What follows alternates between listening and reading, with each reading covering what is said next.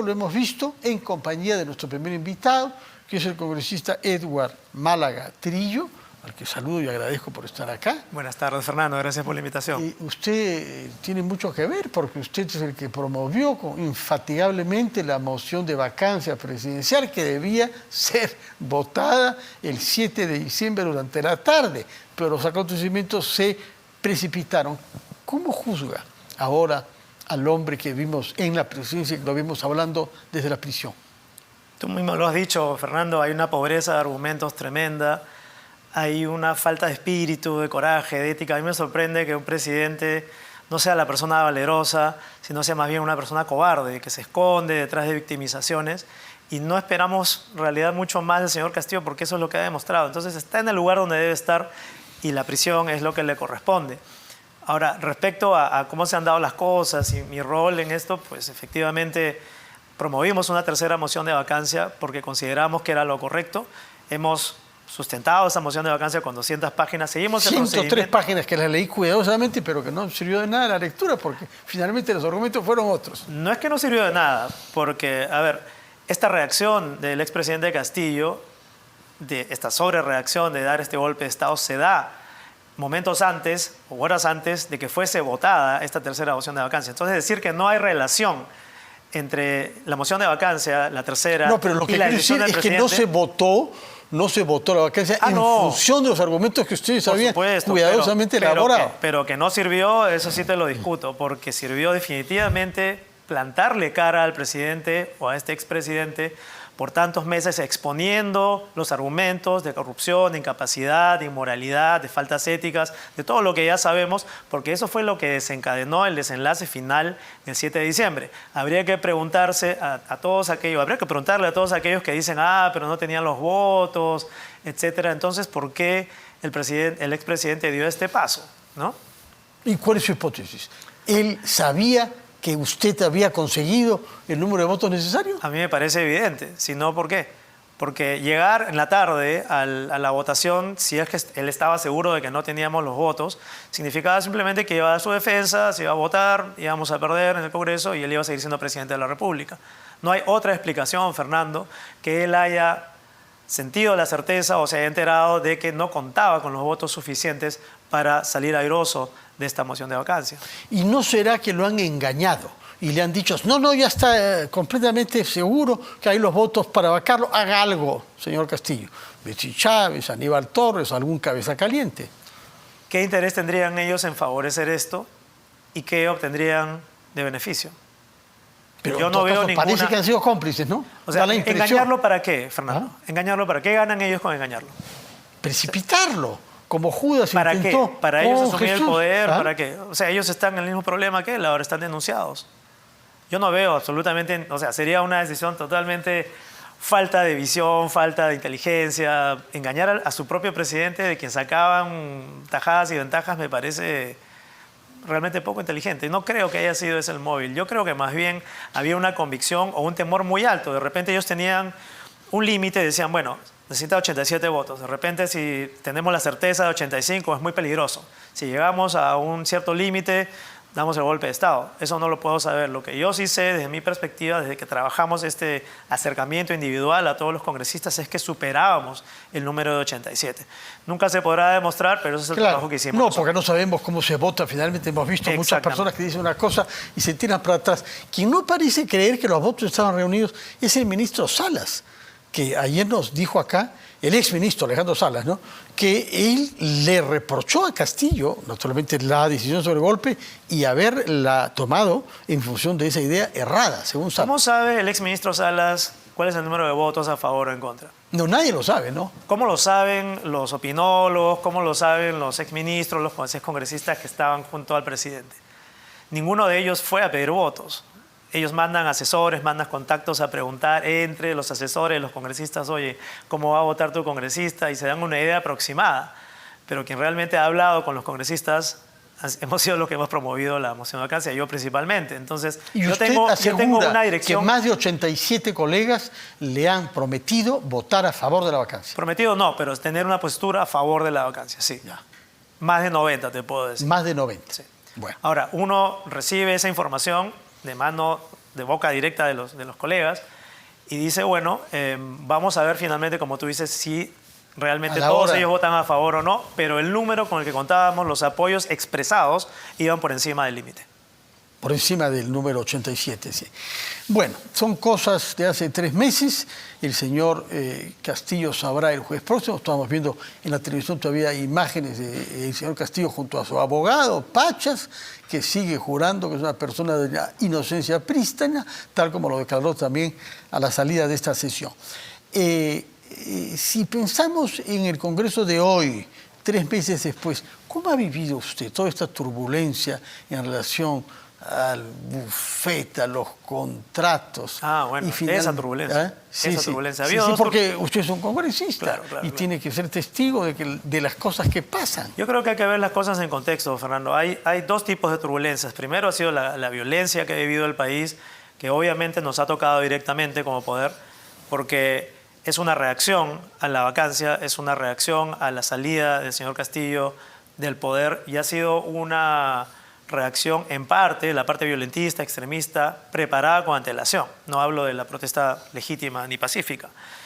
Y por otro lado está esta avalancha de críticas al Congreso, buena parte justificada, diría yo, pero habría que preguntarse en realidad, sin justificar al Congreso, si esto no es un síntoma de algo mucho mayor, que es que el Estado hace agua por todos lados. El Estado necesita una reforma. Nadie se está preguntando realmente. O sea, es muy fácil criticar al Congreso, pero nadie está preguntando qué pasa en los ministerios, qué pasa en las superintendencias, qué pasa, no sé, en Cancillería, cuánto se invierte en comida, cuánto se gasta en monitores, en alfombras, allí. Yo creo que la crisis es generalizada y realmente enfocarse en un punto, yo me hago la pregunta, ¿cuál es la consecuencia de esto? La consecuencia de esto, de enfocarse tanto en el Congreso, quieras o no, es, bueno, un público que va a decir, bueno, váyanse todos, adelanto elecciones más rápido. O sea, a mí me hace pensar muchísimo en una agenda direccionada. Pero, por ejemplo, ¿cuántos periodistas se han ocupado de ver el tema de los beneficios que obtienen los exministros 6 meses después de haber dejado el cargo? Tienen seguridad, carro, gasolina. Por 101 ministros de la gestión de Castillo, saca tu cuenta, por 6 meses. Es decir, hay despilfarro, hay gastos excesivos, hay corrupción en muchos ámbitos del Estado. Entonces, sin defender que el Congreso debe ser una isla o está particularmente bien o mal, creo que la reflexión debe ser más extensa. Y la segunda reflexión, si me permites, es debemos también preguntarnos qué tipo de Congreso queremos. Y creo que esto es una reflexión que es válida para las siguientes mesas directivas de este periodo o el siguiente periodo. La ciudadanía debe saber si un congresista es un funcionario, un alto funcionario que debería tener las atribuciones de viajar, por ejemplo, de tener un equipo de comunicaciones, de tener un despacho congresal, de tener seguridad. Mucha gente dice les pagamos gasolina y chofer, y eso no es cierto, por ejemplo. Entonces deberíamos ponernos de acuerdo qué beneficios o privilegios debería tener un alto funcionario como un congresista. No nos preguntamos, por ejemplo, cuánto recibe en beneficios o privilegios un ministro, cuánta seguridad el Estado tiene, cuántos asesores en su despacho tienen o cómo comen. Entonces creo que el problema, mi respuesta final es que el problema es general y amerita una reflexión sobre una reforma general del Estado y también sobre el concepto que debemos tener de nuestros representantes. De acuerdo. Esto nos lleva al tema universitario académico. Usted es un académico y lo ha mostrado trabajando en una prestigiosa institución científica alemana, la Max Planck Gesellschaft, ¿no? Y como biólogo que usted es, ¿qué está pasando con la reforma universitaria en el Perú? Yo creo que es una guerra en la cual se han perdido varias batallas ya desde el punto de vista de quienes defendemos la independencia de la SUNEDU. Tú has seguido el tema, me imagino. Lamentablemente. Hemos tenido varias votaciones en las cuales nuestra postura, que era fortalecer la SUNEDU, no ha prevalecido. Se ha impuesto esta llamada autonomía de las universidades sobre su propia supervisión. Y una vez llegado al TC, que ha sido la maniobra que se ha impuesto, es muy poco lo que se puede hacer desde el punto de vista jurídico. No podemos, digamos, desconocer un fallo del TC y decir, bueno, eso no se aplica. Lamentablemente eso se ha perdido. Yo creo que la única manera de volver a un debate productivo que le dé a la SUNEDU las atribuciones que debería tener, por supuesto, sin los cuestionamientos que se han mencionado, que creo que son debatibles, es llegar a un nuevo periodo parlamentario con un nuevo gobierno que tenga una actitud distinta respecto al rol de la SUNEDU. Creo que en este periodo parlamentario, con la composición parlamentaria que tenemos, va a ser muy difícil lograr los votos para revertir esta situación. Entonces, particularmente, con mucha lástima, yo digo que, bueno, podemos seguir hablando, discutiendo y dejar la llama encendida de lo que debería ser la supervisión de las universidades y otros institutos educativos, pero es poco lo que se va a hacer para revertir este fallo que ya llegó al TC, Fernando. De acuerdo. Por otra parte, siempre regresando al tema de Pedro Castillo, se le atribuye ahora una voluntad justamente de haber recurrido a tecnología, haber buscado comprar tecnología sofisticada en Panamá para interceptar comunicaciones y haber contado con la colaboración de algún congresista para eso. ¿Está enterado usted de algo? No estoy al tanto, bueno, pero no le sorprende nada. No me sorprende nada. Mira, muchos de nosotros hemos sido objeto de seguimientos, de interceptaciones telefónicas, entonces no sorprende que un escenario tan agudo el expresidente haya recurrido a esto. No sería el primer expresidente que recurre a inteligencia a fin de perseguir a sus detractores, ¿no? No, la verdad es que es poco sorprendente. ¿Se pone clemente con él entonces sobre este tema? No, para nada, me parece pésimo, pero no me sorprende, te digo, no me sorprende. De acuerdo. Ahora, respecto de la no clemencia, se habla de interpelaciones y de censuras que estarían en curso en el Congreso. ¿Con cuál de ellas simpatiza usted? Con ambas y con todas las que vengan. Realmente, te puedo decir, yo he tenido una reunión con la presidenta Boluarte hace cerca de 3 semanas y le expresé mi preocupación por varias cosas. Una, la relación con el Congreso, si queremos llevar, por ejemplo, al tema de adelanto de elecciones, que es algo que seguramente me vas a preguntar, tiene que haber una concertación entre ambos poderes para llegar a lo justo, no un enfrentamiento, no que la presidenta le tire la pelota al Congreso, el Congreso se la devuelva, hay culpables, hay responsables, sino trabajar juntos. Es un primer punto que le dije. Un segundo tiene que ver con el tema del manejo de las protestas violentas, y eso va al tema de la clemencia y las interpelaciones. Yo le dije a la presidenta que ella no puede continuar haciendo como que las muertes no tienen consecuencias. O sea, le pueden doler y decir que es una peruana más y que ella lamenta la muerte de los hermanos y todo esto, pero la responsabilidad política tiene que ser asumida. Entonces, por el manejo de la violencia excesiva que la ha habido y los abusos que ha habido, tanto como el haber permitido estos despliegues de violencia extrema asociados a radicalismos, ambos lados de la historia son responsabilidad de ministros. Y yo creo que, lo que yo le dije es, presidenta, yo creo que en esta situación deberían haber rodado cabezas, debería usted haber cambiado algún ministro, debería usted haber cambiado al jefe de la policía y quizás si fuese un poco más ambiciosa que sus predecesores, debería haber anunciado una reforma profunda de la policía. Yo estoy convencido de que una reforma que nos devuelva, por ejemplo, a la policía de 3 cuerpos que teníamos antes, Guardia Civil, Guardia Republicana, Policía de Investigaciones, le daría el grado de especialización a la policía que hoy no tiene.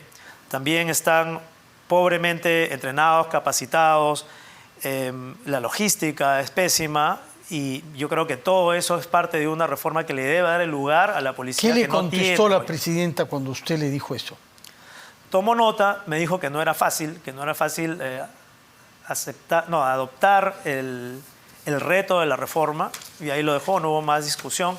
Con respecto a los cambios de ministros, a los cambios de funcionarios que hubiesen sido responsables de este manejo de la situación violenta, de la protesta, también tomó nota que iba a conversar con sus ministros, pero realmente no me ofreció alguna salida al respecto. Entonces, por eso yo creo que ya que no se han dado de voluntad propia estos cambios en el gabinete o en la policía, yo creo que corresponde hacer las interpelaciones del caso, que los ministros nos respondan, es parte de nuestro rol de fiscalización, por qué se ha actuado de esta manera, por qué se ha llegado a esta lamentable situación de muertes entre civiles, abusos a civiles, muertes entre policías y muertes en las Fuerzas Armadas. Todo esto tiene que ser parte de una política que asegure el orden ciudadano, que asegure el principio de autoridad, pero también que garantiza el derecho a la protesta. Sé que no es fácil, más fácil decirlo, Fernando, sí, pero los responsables políticos por muertes tienen que poner sus cartas a disposición. Brevemente, porque estamos volados de tiempo, usted que es experto en conseguir votos para las mociones en el Congreso, según nos ha hecho recordar, ¿cree que se conseguirán los votos para adelanto de elecciones o prevalecerán quienes quieren quedarse entornillados en sus curules hasta el 26?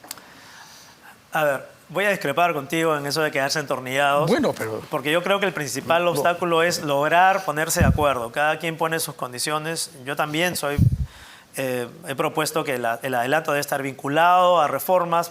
Ponerse de acuerdo sobre las reformas es otro problema. Pero lo que sí hay que decir es que hay un retroceso mayor desde que logramos esa primera votación. Siento tener que volver al mismo tema, pero habíamos logrado una primera votación para reformas con 93 y adelanto. votos, ¿no? Así es, con bastante votación. Al 24, de una manera ordenada. Luego, por razones que todavía podemos especular, Fuerza Popular decidió, pues, básicamente traerse abajo esto, cambiar la fecha, pero con esto se cayó todo el proyecto de adelanto de elecciones, sea para el 23 o para el 24. Ya no se pudo hablar más de adelanto de elecciones porque se cayó ese proyecto. Entonces, lo que hay ahora es una nueva legislatura donde, con suerte, a lo que podemos aspirar es que se vuelva a presentar un proyecto de adelanto de elecciones en el cual... Lo que está ahora en debate en Constitución, ¿no? Para responderte, así es, sí. Yo dudo que se consiga el mismo efecto de los 93 votos, porque como bien has mencionado, me causó gracia, pero sí, efectivamente, hubo una suerte de esfuerzo colectivo similar al de la vacancia por lograr esos votos. Esos votos no salieron de la nada, hubo un esfuerzo colectivo de muchos congresistas de ayudar a que se dé esa solución ante la presión social que vivíamos. Hoy yo no siento ese ánimo, esa convicción de lograr esos 93, 87 votos. Probablemente pasemos los 66 y tendríamos que preguntarnos si vamos a un referéndum. Así es. Bueno, brevemente, se han cuestionado muchos algunos viajes que han hecho colegas suyos. Un viaje que no se puede cuestionar es el que hizo usted a Londres el año pasado, porque han habido resultados concretos que los estamos viendo hoy, que es la presencia de un especialista de la University College London para dar asesoría en materia de tecnología a los funcionarios del Congreso. Una palabra sobre eso, por favor. Sí, mira, los grandes parlamentos del mundo tienen una oficina de asesoría científica que básicamente lo que hace es redactar y publicar un boletín periódico, darles consultorías en el buen sentido de la palabra, ¿no? a pedido, y tener al día tanto a los parlamentarios como a los miembros del servicio de parlamentario, de los trabajadores del Congreso, sobre los temas de ciencia y tecnología que son actuales. Es decir, se viene una pandemia, se viene una crisis energética, se han descubierto nuevos materiales para transición energética, temas de salud, temas de agricultura, en fin. Todo tiene que ver con un trasfondo científico y tienen informado al Parlamento de manera que el Parlamento tiene una base de evidencia y de ciencia para poder no solamente legislar, sino también tomar medidas respecto a sus propias políticas internas. Entonces, lo que ha pasado es que a raíz de este viaje que hicimos hace casi un año, tomamos nota de cómo funciona el sistema de asesoría en el Parlamento británico y nos comprometimos a sacar adelante una oficina del mismo tipo del Perú, por cierto, sin ocasionarle mayor gasto al Parlamento peruano, y además contar con las capacitaciones y la asesoría del gobierno británico que viene aquí ahora a través de este especialista a darnos una capacitación de 3 días, y lo mismo se va a hacer con otros gobiernos, como el gobierno alemán, por ejemplo, o el gobierno chileno. También he hecho un viaje hace cerca de un mes a Chile, y los senadores en Chile que manejan el tema científico, el tema de asesoramiento, nos han ofrecido todo su apoyo. Entonces, la noticia es muy positiva, Fernando. Yo creo que esto va a redundar no solamente en una mejora en la calidad de las leyes, sino también en un aumento de la confianza del público hacia el Parlamento, que es lo que se ha visto que ha pasado también, por ejemplo, en el Reino Unido. Cuando empezaron con esta oficina, muchos se preguntaban para qué sirve, seguramente para contratar a su gente, seguramente esto va a ser parte de una agenda política de izquierda a derecha, y con el pasar de los años, 30, 40 años después, el público cree muchísimo más en aquellos congresistas que utilizan esta herramienta, y los congresistas usan esta herramienta para... Nos hace saber si es posible escuchar al señor Chris Tyler, si da alguna conferencia pública más allá del taller que está realizando, tengo entendido, hoy, mañana y pasado en el Congreso, ¿no? Felicitaciones por ese logro que nos conecta con parlamentos como el inglés, que es uno de los que más prestigio tiene en el mundo, y por lo que nos dice, no cesa de adoptar innovaciones. Muchas gracias, Edward Málaga Trillo, por sus explicaciones sobre una variedad de temas que nos permiten orientarnos un poco mejor sobre la situación del Parlamento actualmente. Muchas gracias por